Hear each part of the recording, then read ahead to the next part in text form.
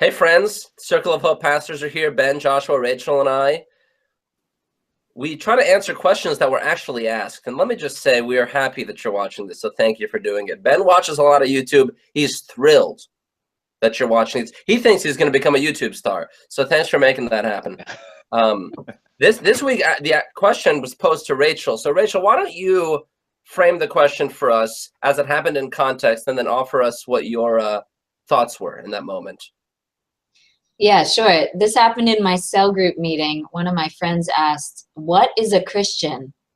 Because I grew up with people who went to church every Sunday, but when they came home throughout the week, they were sometimes mean and even violent and abusive. So what really is a Christian? And it was such a great question because our cell responded like, this is exactly why we're here living this life together. Being a Christian isn't something that you go to once a week. It's more of a 24/7 life together, and it's really not about how good or bad we are. It's because God keeps saving us. God keeps coming after us with love. Amen. We're responding. Got a couple of amens there, Rach. That means yeah, amen. I like how you're talking about the sense of a heart-to-heart connection and a sense of belonging. A lot of times when Christians think about what constitutes a Christian, they think in very bounded ways that are kind of like there is a rigid line. Usually it's beliefs oriented, or like, you know, you have to be able to rattle off the list, the check marks. And if you're inside those, you're a Christian. If you belong to my particular group or whatever, you signed off on the things, you're a Christian. If you're outside that, you're not.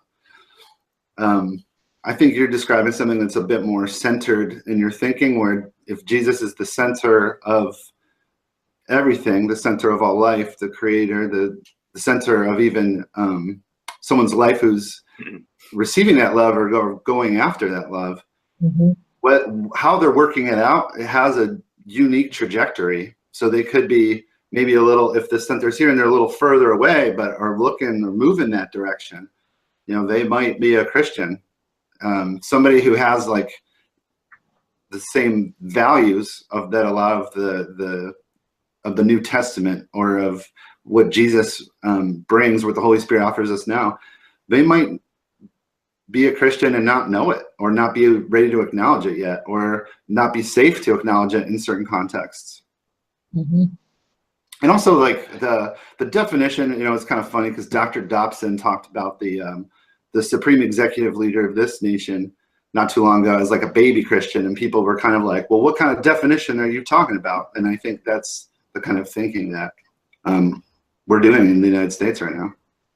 Trump always comes up during these things, huh? I just can't escape it. Well, he's a baby Christian because he's just inside that bounded line I was talking about. Like, he just barely made the cut. And I think that people often are thinking like, oh, I gotta make the cut, I've gotta measure up.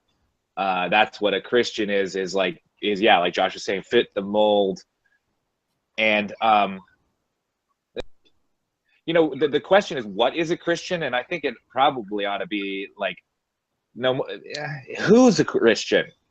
I don't know how to answer this completely enough, because being a Christian is like it's a whole thing. Being, it's not a, you know, you can't I can't check Christian on the box. It's so much bigger than that. So like, if I'm going to say, you know, someone asked me what is a Christian, I'm going to say Rachel. It's not, I can't say what. I'm going to have to say who, and I think I'll be answering it much better. Just like Paul says, follow me as I follow Christ. We have this real relational way of even demonstrating to each other what the gospel is, and what a life centered on Christ really is. And I think it's much better expressed personally, right, Johnny? Yeah, I think so too. The more and more I talk to people, the more I realize that Jesus is a lot more interested in who you are, in what you're doing, how you're following, and even less kind of the ideas that you have about him. And I think intellectual activity can be fun and interesting and even help your faith, but the doing and the being is really what being a Christian is about. So I hope that it's okay for me to say, if you're even asking the question, you might be a Christian already, and a good way to figure that out is to do it in the context of a community, in your cell. You know, if you're wondering about that, I think that there are people here who can help form it with you and help move with you so that you can even be confident to say that you are.